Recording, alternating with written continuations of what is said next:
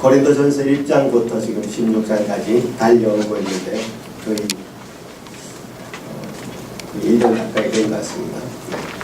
마무리하는 말씀 드리겠습니다. 고린도 교회는 제가 그동안 쭉 얘기했듯이 문제가 아주 많은 교회였습니다. 여러 가지 문제가 있었는데요. 분쟁의 문제, 서로 파가 갈려져서 서로 싸웠습니다. 그래서 사도 바울의 사도권까지 의심을 했습니다. 사도 바울파가 아닌 파가 사도 바울의 사도권을 의심했죠. 그런 문제. 그리고 서로 교인들끼리 송사가 일어났습니다.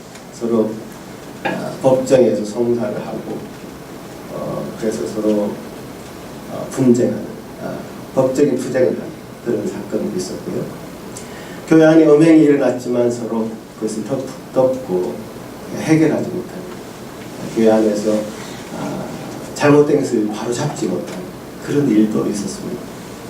결혼 문제, 결혼해야 될 것인가 말아야 될 것인가 이런 문제도 있었고, 또 나중에 후반부의 얘기는 은사 문제, 하나님께서 주신 은사를 어떻게 활용할 것인가, 하나님 주신 은사를 어떻게 사랑 안에서 잘 사용할 것인가.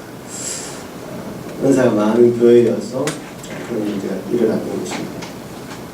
이런 많은 문제가 일어났고, 그래서 참 저 교회답지 못한 모습, 과연 교회인가 싶을 정도의 모습이 있었지만, 하나님 그 교회를 붙잡으시고 그 교회를 끌고 가신단 말이에요. 그 교회를 끝까지 포기하지 않으시고 사도 바울이 관심을 가지고 기도하면서 지금 권면하는 글을 쓰고 있고요. 그만큼 또 하나님도 이 교회를 붙잡고 계신다. 교회 중에 완전한 교회는 없습니다. 문제가 있을 수밖에 없고 갈등이 있을 수밖에 없습니다.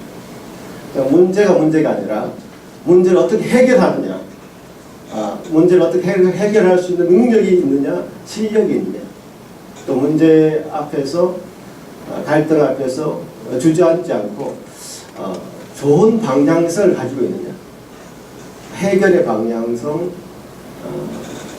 그것이 조금씩 변해가는 그런 모습을 가질 수 있느냐, 그 문제인 것 같습니다. 그래서 사도 바울은 지금 오늘 이 마지막 권면을 하는데 아주 강력하게 몇 가지 문제를 결론적인 권면을 하고 있죠. 아마 고린도전서에서 얘기 나눴던 전체를 아마 다 정리하면서 저는 사도 바울이 말씀하신 걸 4가지로 저도 좀 정리를 해봤습니다. 첫 번째는 깨어있으라. 깨어있어야 된다. 깨어있으라는 이 말은 다음 3가지의 의미가 내포되어 있는 것 같습니다. 첫 번째, 하나님을 늘 생각해라.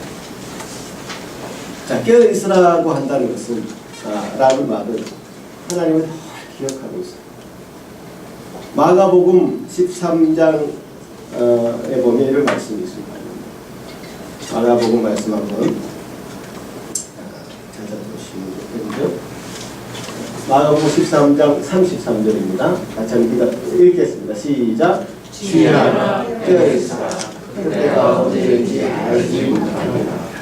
자, 마가복음에 보면 주인이 종들에게 자신의 모든 재산을 맡겨두고, 자, 이거 잘 관리해라. 내가 어디 가서 돌아올 테니까 그때까지 잘 관리해라고 주인이 종에게 맡겼어요.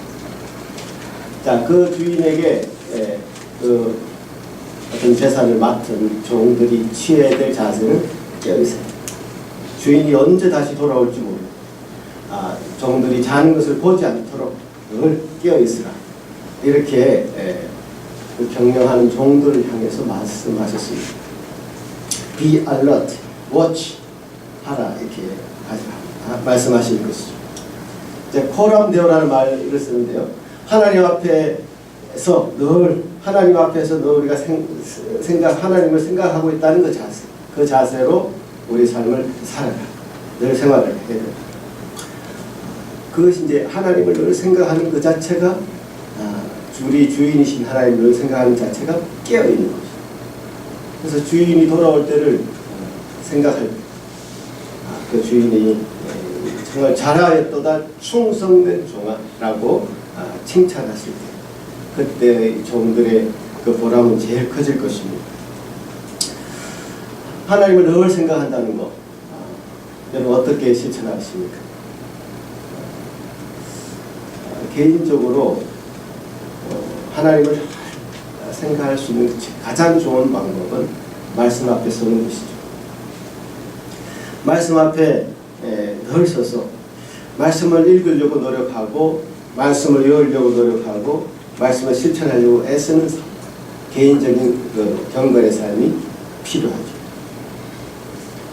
어떻게 여러분 하나님을 늘 생각하시겠습니까? 어떤 방식으로 하나님을 늘 기억하겠습니까? 하나님 주신 말씀, 하나님 우리에게 보내신 편지를 잘 읽으면서 말씀 앞에 서는 것, 그것이 하나님을 늘 생각하는 방법이죠. 쉽지는 않습니다. 하지만 애써야 됩니다. 말씀의 끈을 놓지 말아야 됩니다. 매일 할 수는 없지만 하려고 애써야 됩니다. 그것이 여러분 개인적으로 해야 되고요. 가정적으로도 가정 예배를 꼭 드리셔야 됩니다. 가정 가운데 여러분 시간이 잘 맞지는 않을 수 있고 매일 어떻게 할 수도 없고 일주일에 한 번 정도를 시간을 내서 하나님, 우리가 하나님 앞에 늘 살겠습니다. 깨어 있겠습니다. 라고 하는 자세를 가지고 가족들이 같이 모여야 돼요. 이 주일날 이 전체 예배를 모이는데요. 이 주일에 이렇게 예배에 모여서 하나님 앞에 나아가는 것 굉장히 중요합니다. 이 건을 놓치시면 안 됩니다. 오늘 말씀에 이른 것처럼 주님이 언제 오실지 모릅니다. 저물 때든지 밤중이든지 다 구울 때든지 새벽이든지 아무도 모릅니다. 주님 앞에 주님을 늘 생각한다는 것, 그래서 주님 앞에 우리가 늘 주님의 말씀에 따르겠다는 그런 자세를 가지고 날마다 여러분의 개인이, 가정이, 교회가 이렇게 삼박자가 잘 맞아요. 개인적으로 실천해야 되고요, 가정적으로 실천해야 되고요, 이 교회적으로도 이 공동체 예배가 손상되지 않도록 여러분 열심히 예배 나오셨지만 열심히 우리 마음 가운데 하나님을 늘 생각할 수 있도록 예배 가운데 최선을 다하시는 여러분 되시기를 바랍니다. 아멘. 아멘. 지금 깨어있으라는 말은 사실 종말론적인 상황 속에서 주님이 언제 오실지 모른다, 이런 느낌으로 지금 마가복음에서 말씀하신 거거든요. 그러니까 아무도 모릅니다. 아무도 모릅니다. 우리 개인의 종말도 사실 언제 올지, 오늘 밤에 나를 데려가실지, 내일 데려가실지, 저를 데려가실지, 여러분을 데려가실지 아무도 모릅니다. 제가 작년에 오영석 목사님 한 분이 돌아가실 때 정말 그런 생각을 많이 했습니다. 저보다 나이가 3살 많은 분인데, 그 목사님은 아마 지금 우리 주원이 아빠처럼 키도 크고 좀 마른 몸매예요. 운동도 잘하시고 도대체 그렇게 갑자기 돌아가실 분이 아니었습니다. 저 그날 좀 피곤해서 샤워를 하고 잠을 주무셨는데 그 다음날 아침에 돌아가신 채로 발견된 건 아닙니다. 그 생각을 너무 많이 했습니다. 주님, 우리가 언제 주님 앞에 부름을 받을지 모르는데 주님 정말 주님 앞에 주님만을 생각하는, 주님 앞에 늘 깨어있는 우리가 제가 되게 해주십시오. 또 여러분 되시기를 간절히 바라는 것입니다. 우리 생각을 다른 데로 돌려서는 안 됩니다. 하나님 앞에 우리 자신을 늘 세워놓고 우리 삶 속에서 주님이라면 어떻게 하셨을까? 조금 어려운 말로는 계시, 의존, 사색이라고 그러는데 생각도 말씀을 가지고 생각하는 거지. 주님이라면 어떻게 하셨을까? 하나님은 이런 상황 가운데 어떻게 우리에게 명령하고 계신가, 말씀하고 계신가. 여러분 삶 속에 일어나는 모든 문제를 이 말씀에 의존해서 해석하고 실천하는 그런 삶이 하나님을 늘 생각하는 보람되어의 삶이 될 것입니다. 그것을 일단은 실천하셔야 됩니다. 사도 바울이 그것을 권면하고 있는 것이죠. 깨어있으라고 말씀하고 있는 것이죠. 두 번째는 따라하겠습니다. 방탕과 생활에 대한 염려로 마음을 둔하게 내버려 두지 말라. 자, 이건 제 말이 아니라 성경 말씀입니다. 성경 말씀 제가 찾아보겠습니다. 그 다음 말씀 볼까요? 자, 이 말씀, 이 말씀 한번 먼저 읽어보겠습니다. 누가복음 21장에 보면 다시 읽겠습니다. 시작. 여러분은 각자 이 모든 일을 능히 하고 인자 앞에서 항상 기도하며 깨어있으라 하시니라. 자, 깨어있으라 하셨는데 이 말씀의 배경이 되는 말씀이 그 바로 다음에 나옵니다. 그 다음 자, 누가복음 21장 34절 말씀 다시 읽겠습니다. 시작. 너희는 스스로 조심하라. 그렇지 않으면 방탕함과 술 취함과 생활의 염려로 마음이 둔하여지고 뜻밖의 그날의 덕과 같이 너희에게 임하리라. 사람은 스스로 깨끗해질 수 있는 길로 가기가 힘듭니다. 가만히 내버려두면 부패하기 마련입니다. 그 엔트로피 증가의 법칙에 따라서 모든 물질은 다 부패하는 쪽으로 가게 되어 있습니다. 방향이 그렇습니다. 모든 사물은, 모든 인간은 가만히 내버려두면 그대로 있을 것 같지만 그대로 있을 수 없습니다. 다 썩어서 문드러지고 없어집니다. 형체가 사라지는 쪽으로 갑니다. 우리 인간의 마음도 마찬가지입니다. 그냥 내버려두면 마음이 둔하여진다.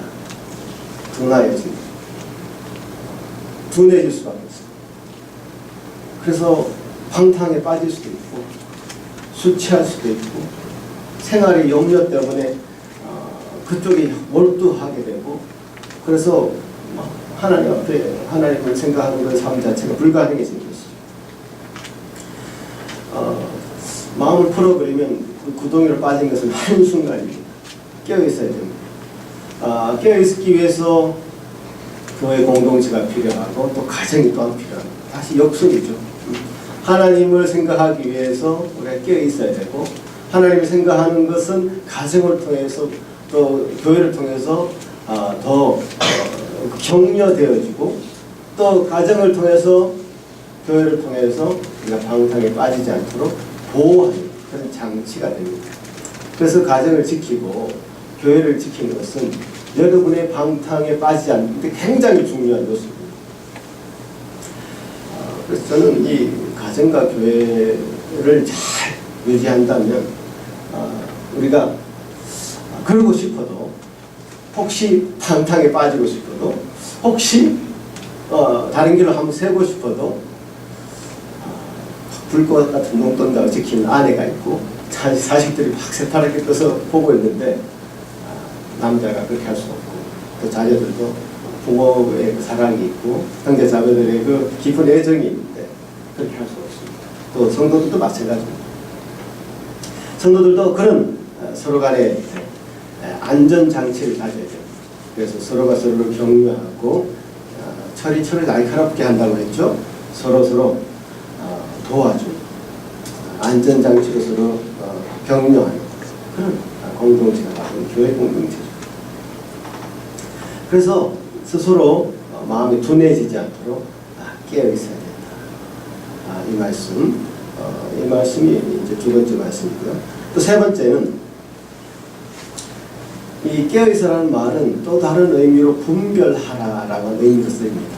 네, 마가복음 13장 말씀, 그 다음 말씀 보시면 다시 한번 읽어보겠습니다. 시작. 너와 남의 길을 걸어라. 그 사람을 따라가지고 이 사람을 내면 이절을 가까워져라. 자, 시대를 분별하는 그 지혜를 가져라고 하는 뜻으로 예수님이 이 말씀을 하셨는데, 정신을 바짝 차리지 않으면 우리가 코를 베가도 모른다 이런 말이 있습니다만은 진짜인지 가짜인지 분별하기가 쉽지 않습니다. 그 시대를 분별하고 이 시대가 어떤 시대인지, 예수님의 시대인지, 율법의 시대인지 분별하지 못한 그 백성들에게 지금 예수님의 시대가 왔다 라는 것을 알리시는 거죠.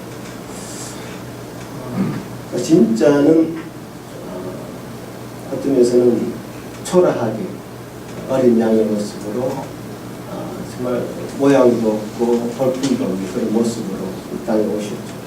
그래서 진짜를 알아보지 못했죠. 구름 타고 백마를 타고 오실 것 같은 그런 기대를 그들이 구체적으로 기대했는지 모르겠지만 예수님 그렇게 오시지 않았어요. 진짜는 어쩌면 가짜처럼 왔고, 가짜는 또 다르게 진짜처럼 이 땅에 우리에게 나타나죠. 신종 보이스피싱이 생겼답니다. 제가 여러분 주의하시라고 말씀드립니다. 고금리 대출을 저금리로 바꿔준다고 하고, 전화를 하면,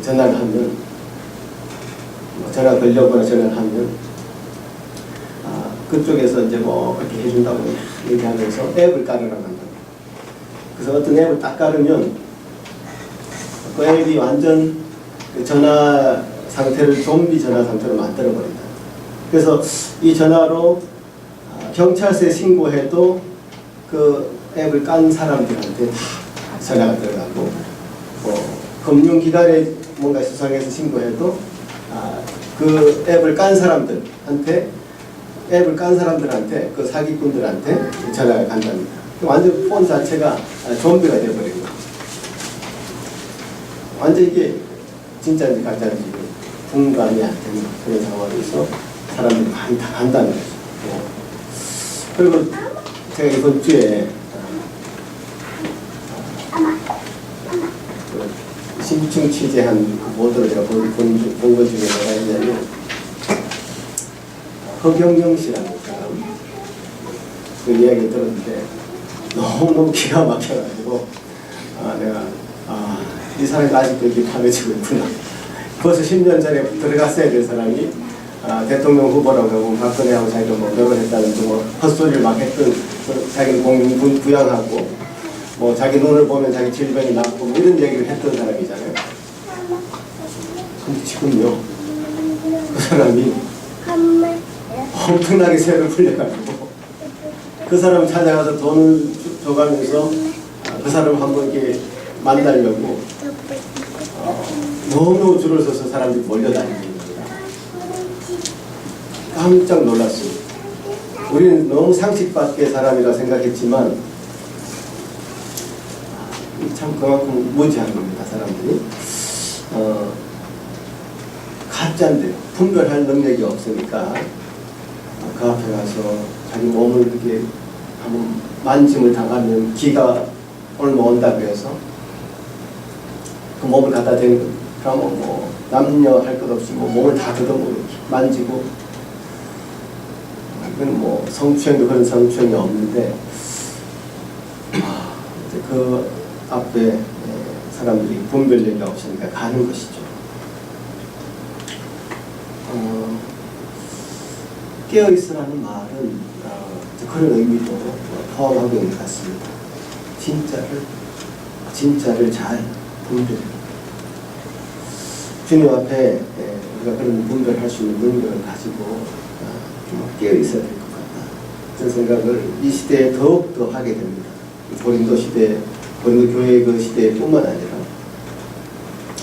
자, 두 번째는 네 번째까지이기 때문에 양이 많습니다. 그래서 두 번째 빨리 나갑니다. 두 번째는 믿음에 굳게 서라 이렇게 얘기합니다. 믿음과 믿음에 굳게 서는 일은 다르죠. 믿음이 우리 마음에 자리 잡지 못하고 세상의 염려 같은 것들로 인해서 흔들릴 수 있습니다. 그럼 어떻게 우리가 믿음에 굳게 설 수 있겠습니까? 이렇게 제가 질문을 한다면 여러분 뭐라고 대답하시겠습니까? 어떻게 하면 믿음에 굳게 설 수 있을까? 사도 바울이 지금 고린도 교회 성도들한테 권면하고 있는데 믿음에 굳게 서라. 그럼 어떻게 믿음을 굳게 설 수 있겠는가? 그렇게 질문을 할 수 있겠죠. 저는 이렇게 대답하겠습니다. 하나님과 하나님의 역사를 바르게 이해할 때 우리는 믿음을 굳게 설 수 있습니다. 하나님과 하나님의 역사를 바르게 이해할 때 우리는 더 믿음을 굳게 설 수 있습니다. 하나님을 오해하면 그 믿음은 바른 믿음이 될 수 없죠.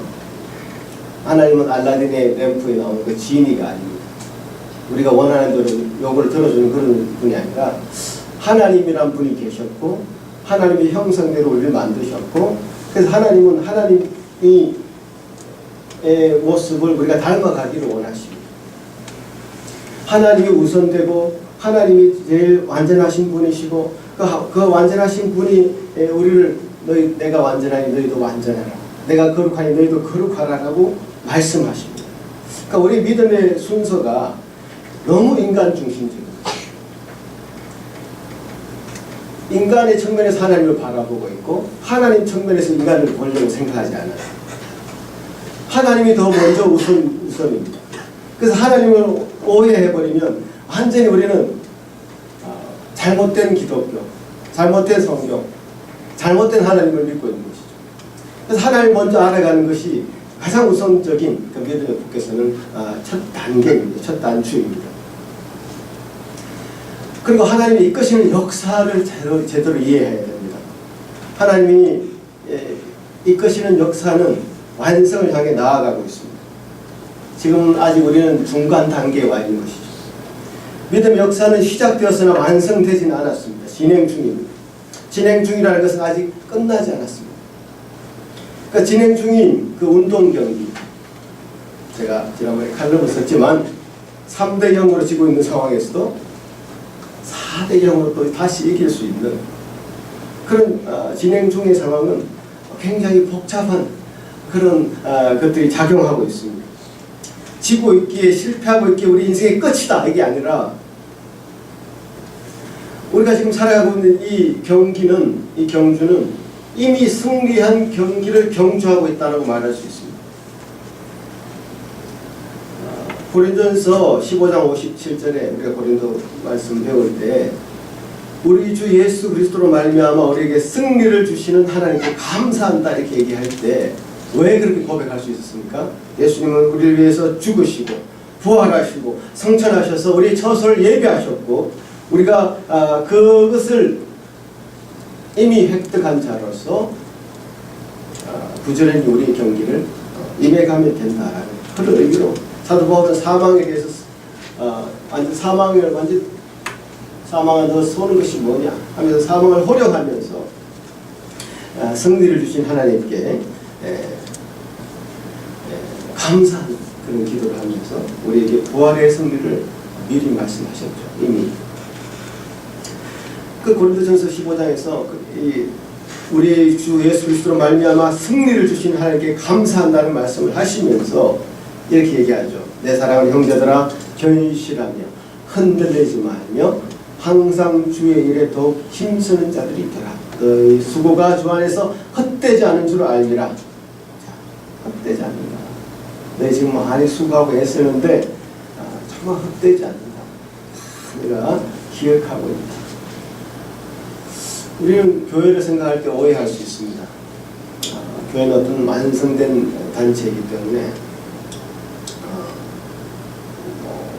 교회가 전도한다고 할 때 그 느낌은 어떤 느낌이냐면 우리가 어떤 것을 가졌기 때문에 나눠준다.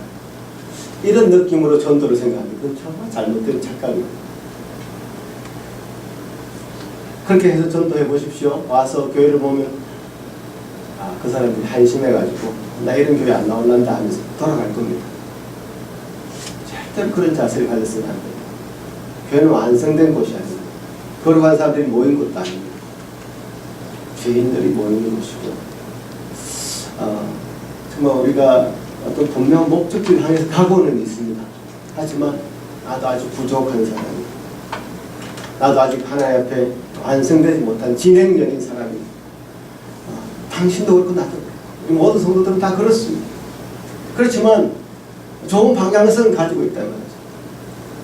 내가 완전하니 너희도 완전하라고 했을 때, 하나님 우리에게 요구했을 때 우리 그곳을 향해서 가고 있단 말이죠. 목적지를 향해서 가고 있단 말이죠.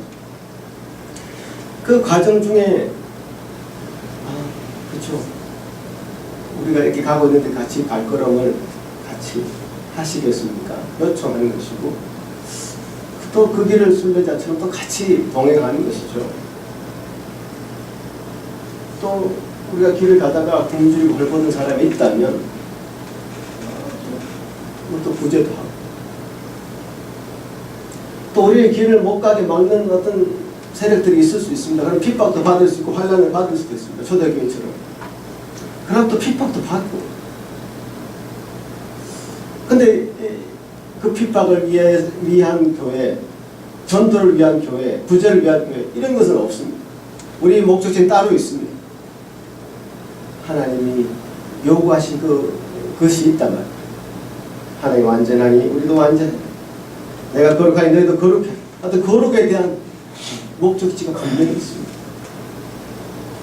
교회가 전도를 위해서 존재하는 것도 아니고, 구제를 위해서 존재하는 것도 아니고, 이 세상의 어떤 세상적인 정치 세력을 규합하는 것도 목적이 아니고, 그렇게 해야 될 때도 있고, 그러나 분명한 목적지를 향해서 우리가 가야 된다는 사실. 그 사실을 안다면 우리는 믿음에 굳게 설 수 있습니다. 우리는 진행 중이죠. 진행 중인 사람이고 또 진행 중인 교회입니다. 하나님의 그 거룩하심을 따라가고 그것을 완성하게 가는 과정 중에 있는 사람들입니다. 그러니까 어떤 일이 해프해도 우리의 믿음이 흔들리지 않고 견실할 수 있는 그런 마음을 가질 수가 있는 것이죠. 그것이 믿음 위에 굳게 서는 방법인 것입니다. 사도 바울이 또 이렇게 권면합니다. 세 번째, 모든 일을 사랑으로 하라. 자, 이 말씀은 사도 바울이 이 고린도 교회에게 가장 하고 싶은 말이었을 것 같습니다. 고린도전서는 그 유명한 사랑장을 보유한 성경입니다. 그 유명한 사랑장, 사랑을 오래 참고 온유하고, 그죠? 노래도 나왔지 않습니까? 사랑은 언제나 오래 참고 등등. 네. 시기하지 않고 자랑하지 않고 교만하지 않고. 자, 왜 이런 말씀을 하셨습니까?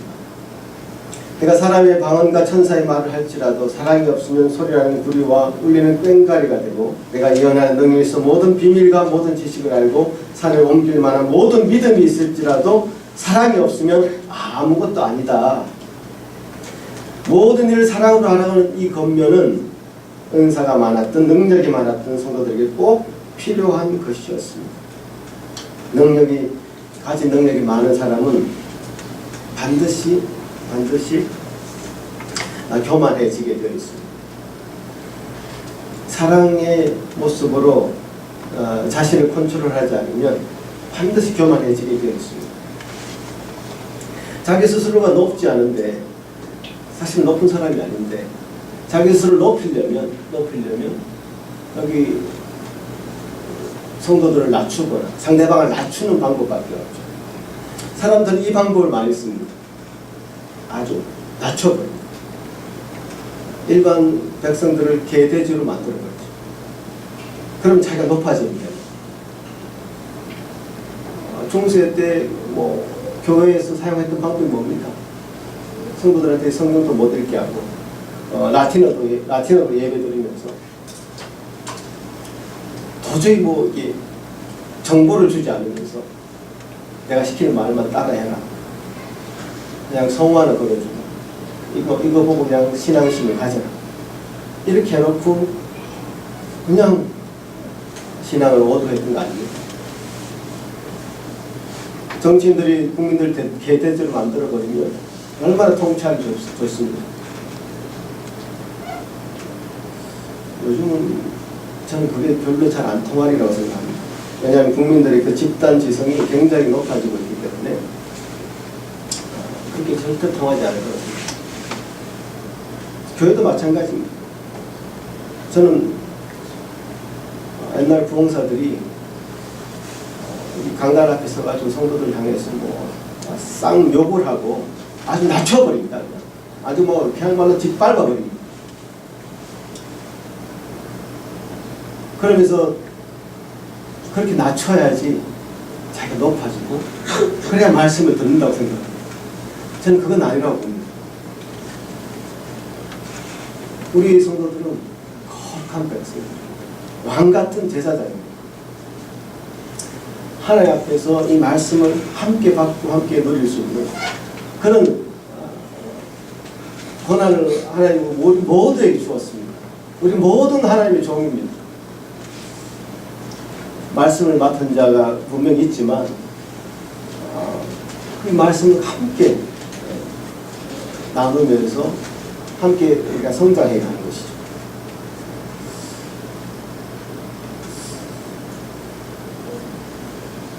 자기 스스로의 능력이 많게 보이게 하기 위해서 상대방을 낮추는 그 수법, 그 방법, 이것이 멈춰야 됩니다. 교회도 그렇고 세상 사회도 마찬가지죠. 이런 일들이 고린도 교회에서 일어났었고요.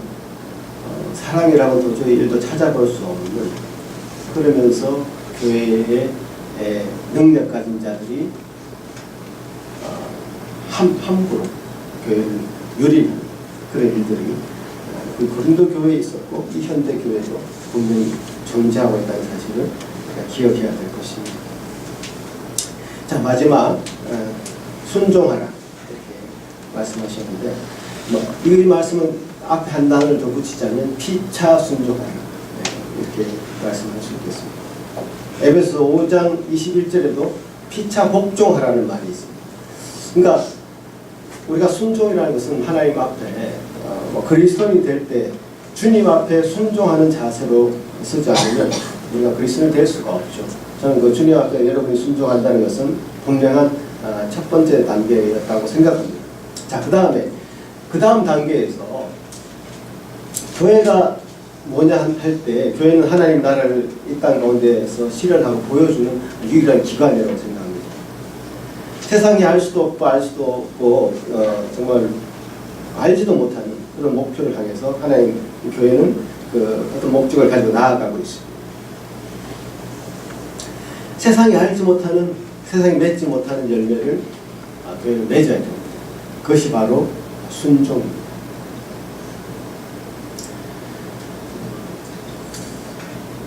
이 고린도 교회도 섬기는 자가 있었죠. 특별히 지금 스데바나라는 사람이 고린도 교회의 첫 열매였습니다. 첫 신앙인이었고 그 가족이 다 믿었다고 되어 있습니다. 아마 그가 행한 일은 참 컸던 것 같습니다. 그래서 그가 성도들의 어떤 리더가 되었던 것으로 보입니다. 근데 이 사도 바울은 그 스데바나 또 다른 사람 브로나도, 아가이고 이런 사람들과 합쳐서 정말 그들은 나의 마음을 시원하게 줘. 그 말은 하나님 마음을 정말 시원하게 해주는 사람이에요. 그러니까 섬기는 자의 모습으로서 굉장히 훌륭한 그런 자들이었다고 칭찬하고 있죠. 섬기는 자가 된다는 것은 참으로 대단한 일인 것이죠. 살면서 가장 어려운 일은 남을 섬기는 것입니다. 우리는 다른 사람의 짐을 지기를 싫어합니다. 우리가 싸울 때 왜 싸우냐면 자기 일을 자기 알아 할 것이죠. 왜 내가 당신 뒤치다거리를 하냐. 형제 자매나 부모 자식이나 직장 동료 간의 싸움은 늘 이런 식입니다. 그 때문에 싸우게 되죠. 근데 성경은 속옷을 달라 하면 겉옷까지 주라고 우리에게 요구합니다. 이 훈련을 해야 된다는 것이죠. 이 훈련을 하지 않으면 성도가 아닙니다. 물론 하루아침에 되진 않겠죠. 그러나 훈련해야 됩니다. 노력해야 됩니다. 서로 피차 복종하는 훈련을 해야 됩니다.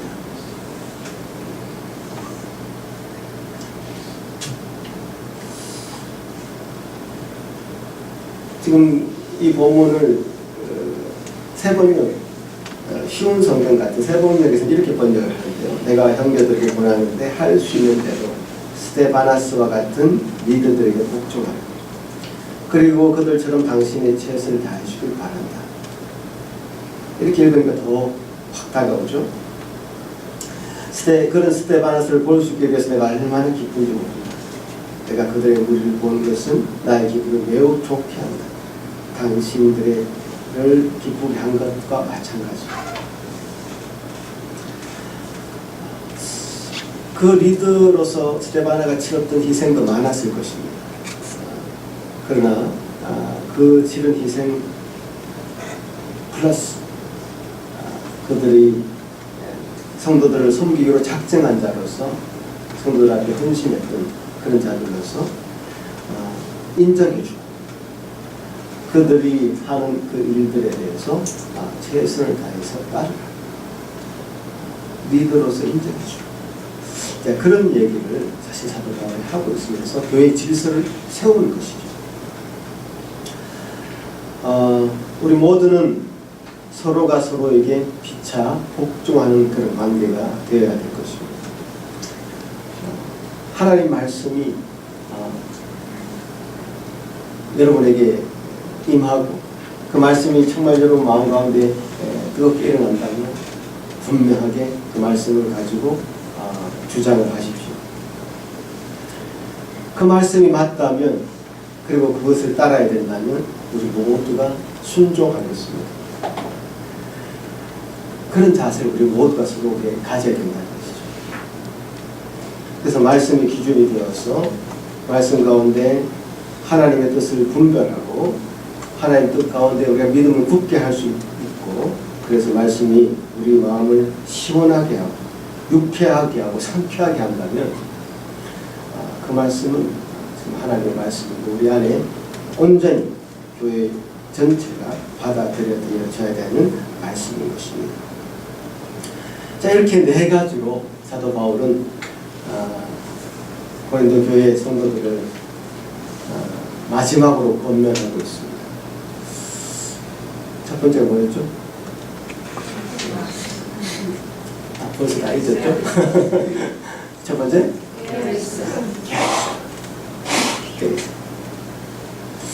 깨어 있어야 될 일은 참 많은데 어떤 부분에 깨어 있어야 됩니까? 첫 번째, 하나님을 생각합니다. 하나님을 생각함으로 깨어 있어야 됩니다. 두 번째, 그렇죠. 세상의 어떤 방탕과 생활의 염려에 인해서 마음을 둔하게 하지 말아요. 그 부분에서 깨어 있어요. 세 번째, 세 번째 뭐라고요? 다시 안 들리네. 이 세상의 어떤 진짜와 가짜를 잘 분별할 수 있는 그런 힘을 가집니다. 그래서 깨어 있어야 되고, 그 다음에 서로 믿음에 뭐라고요? 굳게 서야 됩니다. 믿음에 굳게 서서 주님 믿음에 굳게 서는 일은 하나님을 먼저 바로 알고 하나님 역사를 잘 이해할 때 그 믿음에 굳게 설 수 있다. 하나님 오해해서는 안 된다. 하나님보다 여러분을 더 앞세워서는 안 된다. 하나님 앞에 하나님 형상을 본받은 여러분 존재 그 역사 가운데 하나님 분명히 우리 완성하게 해주실 것입니다. 그리고 모든 일을 사랑으로 잘 감당하고 피차 복종하고 순종하는 그런 관계로 나아갈 때 이 고린도 교회뿐만 아니라 우리 예수 산길 교회도 좀 믿음의 교회도 더 정결하게 살아갈 좀 마찬가지로 있습니다. 참 기도하겠습니다. 아버지 하나님 감사합니다. 우리에게 주신 귀한 말씀 이제 우리가 받고 정말 머리로만 남아있는 이 말씀이 아니라 우리의 가슴, 우리의 손과 발, 우리 입술이 움직여서 실천하는 말씀 되도록 도와주시옵소서. 예수님 이름으로 기도합나이다.